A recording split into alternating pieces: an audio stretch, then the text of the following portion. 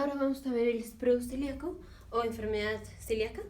Primero vamos a ver definición, patofisiología, asociaciones, cuadro clínico, diagnóstico, tratamiento y complicaciones. Entonces, el espresso celíaco, este va a ser una enteropatía sensible al gluten. En su patofisiología tenemos una enzima que es la transaminasa de la glutamina.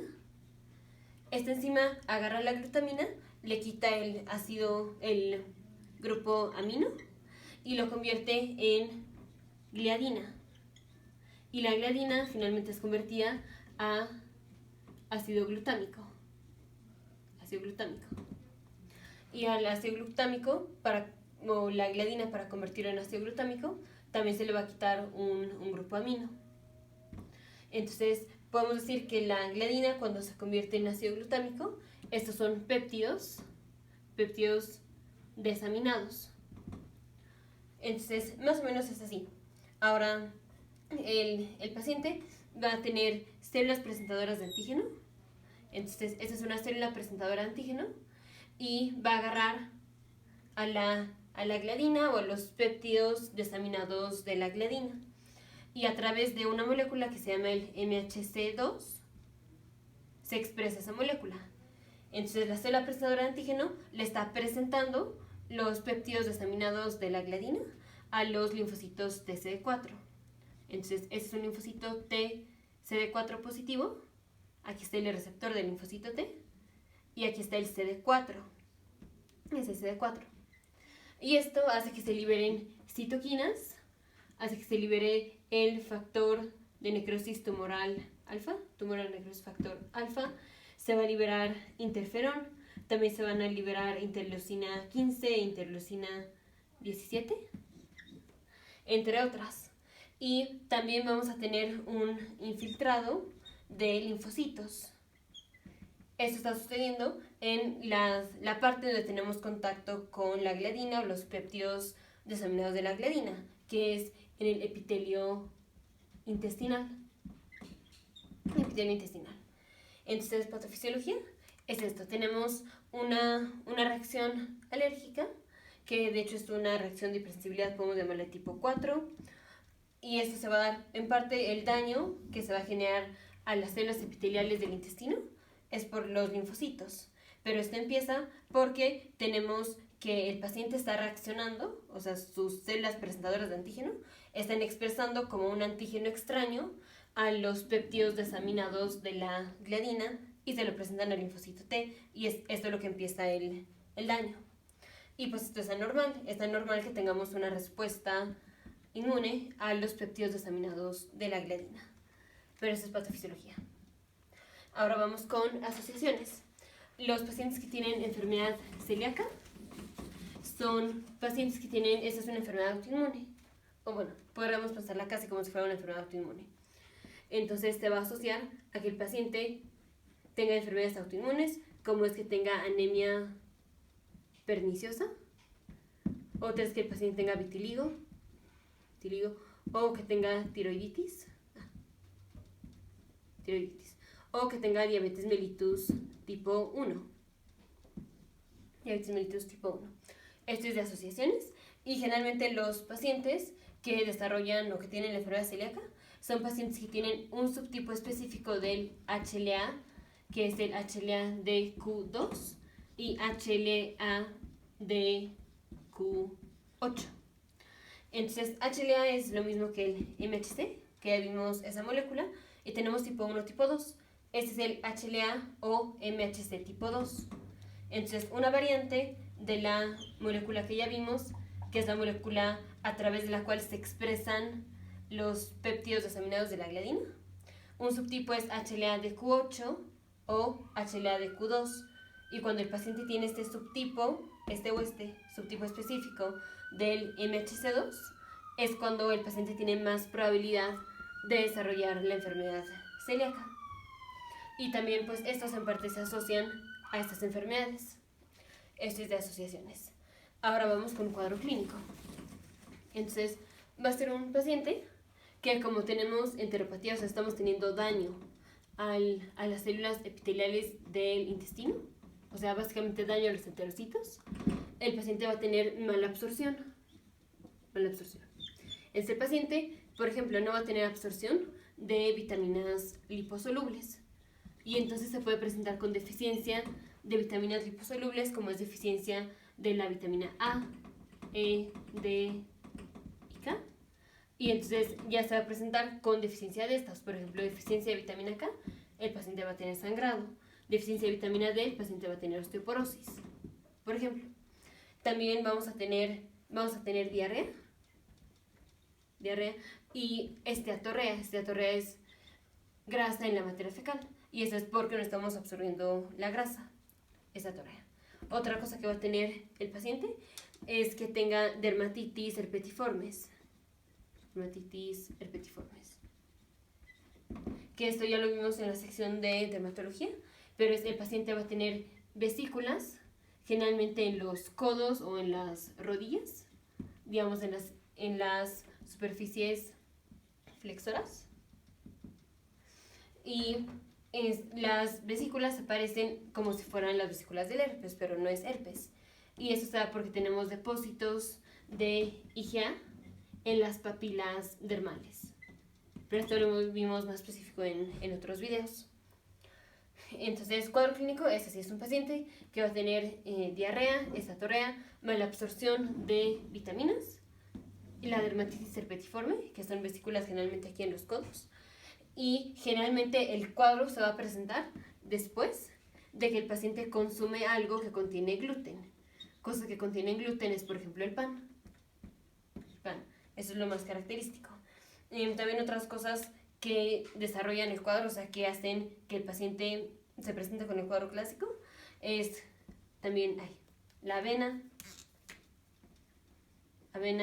o proteínas o comidas relacionadas con la cebada o relacionadas con el nacimiento, por ejemplo. Entonces, básicamente es gluten, avena y trigo. Entonces, el paciente se va a presentar más que nada con diarrea después de consumir algo que tiene gluten. Y los pacientes, o sea, generalmente cuando tienen diarrea van a pensar que es por productos o por consumo de productos lácteos. Entonces van a referir que a pesar de que no consumen lácteos, siguen teniendo diarrea. Pero esto es porque lo que produce la diarrea es la exposición al gluten. Entonces, eso es de cuadro clínico. Ahora, diagnóstico. Entonces, tenemos un paciente, sospechamos que tiene enfermedad celíaca. Y bueno, primero, como es un paciente que viene con mala absorción, tenemos que hacer abordaje para la mala absorción. Entonces, por ejemplo, como siempre, a todos los pacientes les sacamos biometría hemática y vamos a ver electrolitos. Por ejemplo, vamos a ver calcio, magnesio, vamos a ver el hierro y vamos a ver el folato y la vitamina B12. Esto es porque el paciente que tiene enfermedad celíaca no va a poder absorber esto, porque los cationes divalentes se absorben en el duodeno y aquí vamos a tener daño al duodeno. El folato se absorbe en el hígado. La vitamina B12 también. Entonces, como tenemos daño al intestino, no estamos pudiendo absorber estos nutrientes. Y entonces el paciente va a tener deficiencia de estos. También le vamos a pedir un cultivo de materia fecal. Esto es para ver si el paciente tiene una gastroenteritis infecciosa. Y vamos a pedir también un frotis de leucocitos de la materia fecal. Y vamos a pedir la prueba de Sudán negro. Esto es para buscar grasa en la materia fecal. O sea, esto es para evaluación de la esteatorrea. Y la prueba o la tinción que utilizamos es Sudán negro. Entonces, básicamente esto es lo que vamos a pedir: biometría hemática, nutrientes, un cultivo de materia fecal, frotis de leucocitos, el Sudán negro, y también podemos pedir un cultivo o inspección para ver si tenemos huevos. Bueno, cultivo ya, pero vamos a ver si tenemos huevos de parásitos en la materia fecal. huevos o quistes. Ahora, si sospechamos que el paciente tiene enfermedad celíaca, el mejor estudio inicial es encontrar anticuerpos en contra de la desaminasa o la transaminasa glutámica.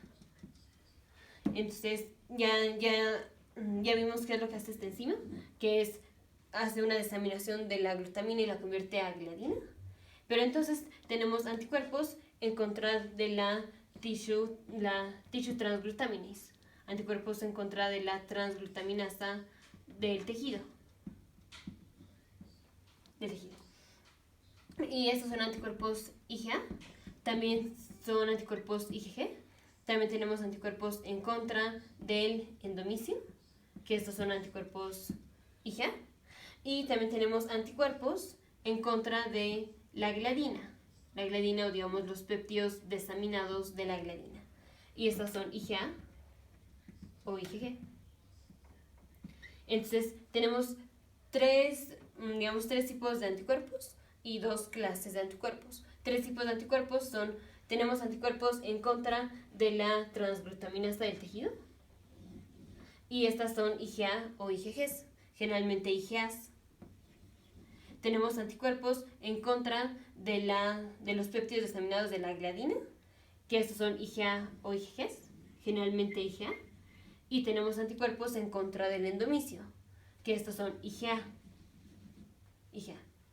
Ahora, generalmente son IgA, pero el que el paciente tenga enfermedad celíaca se asocia a que el paciente tenga deficiencia de la IgA. Entonces, pacientes que tienen deficiencia de la IgA y que tienen enfermedad celíaca, pues no van a tener anticuerpos IgA en contra de los péptidos desaminados de gliadina, por ejemplo. Pero lo que pueden tener es la IgG.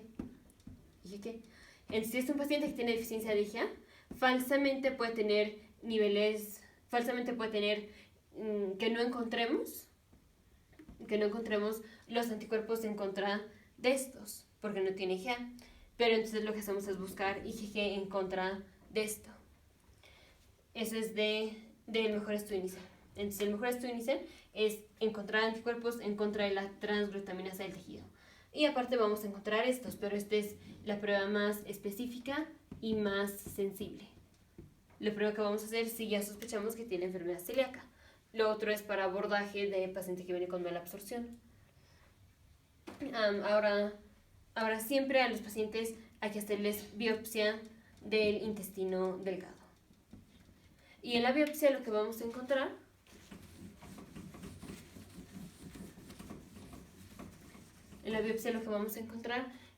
vamos a tener atrofia de las vellosíades, y generalmente la parte del intestino que está involucrada es el duodeno, y a veces la parte proximal del yeyuno, pero más que nada es el duodeno. También vamos a tener un infiltrado de linfocitos, y vamos a tener hipertrofia de las criptas. Ya en la sección de histología vimos las criptas del intestino. Entonces básicamente tenemos, aquí está el esófago, aquí está el estómago, primera porción, segunda porción, tercera porción, cuarta porción del duodeno, yeyuno, ileón, así. Ahora el intestino no es así de fácil, así de, digamos, recto, de lineal, sino que el intestino delgado hace así. O sea, está todo así. Entonces si agarramos una parte del intestino delgado, vamos a agarrar una parte del duodeno, vamos a encontrar así. Y estas son vellosidades.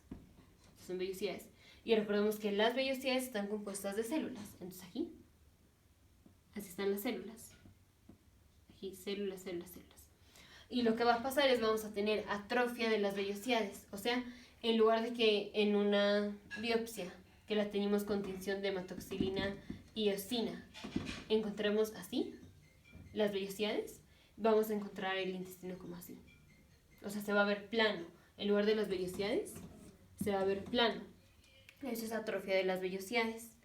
Más la hiperplasia de las criptas, más el infiltrado de linfocitos.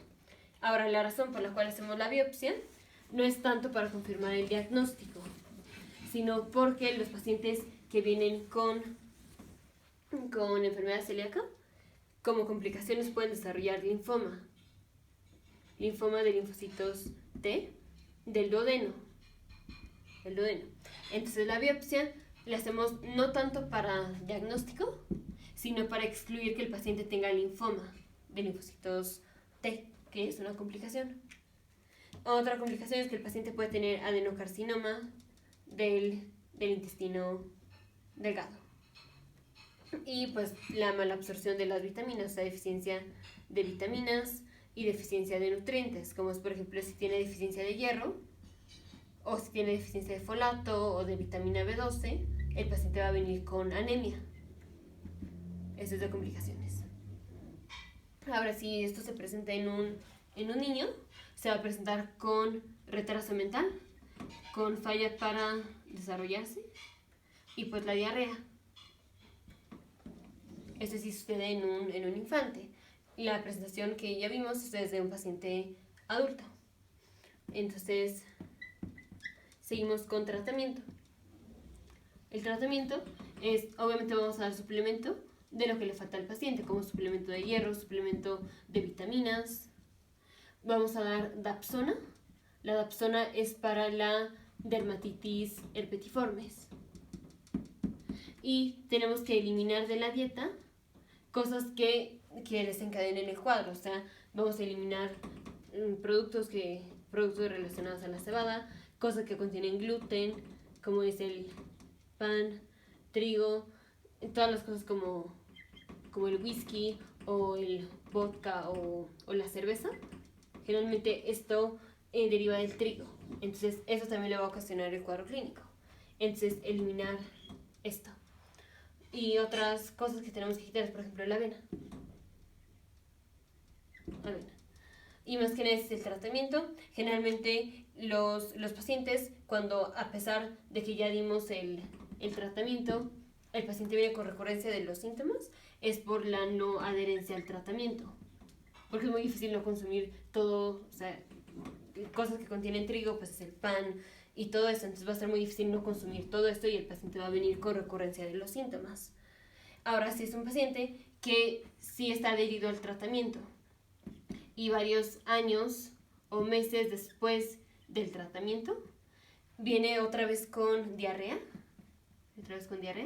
entonces aquí ya hay que sospechar que el paciente ya desarrolló el linfoma.